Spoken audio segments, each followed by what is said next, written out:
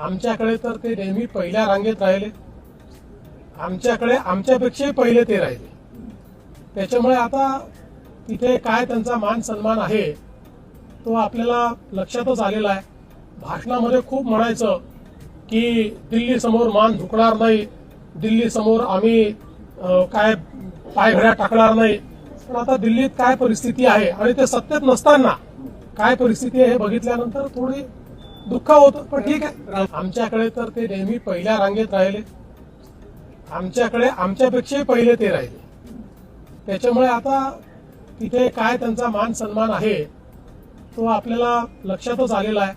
भाषणामध्ये खूप म्हणायचं की दिल्ली समोर मान झुकणार नाही, दिल्ली समोर आम्ही काय पायघड्या टाकणार नाही.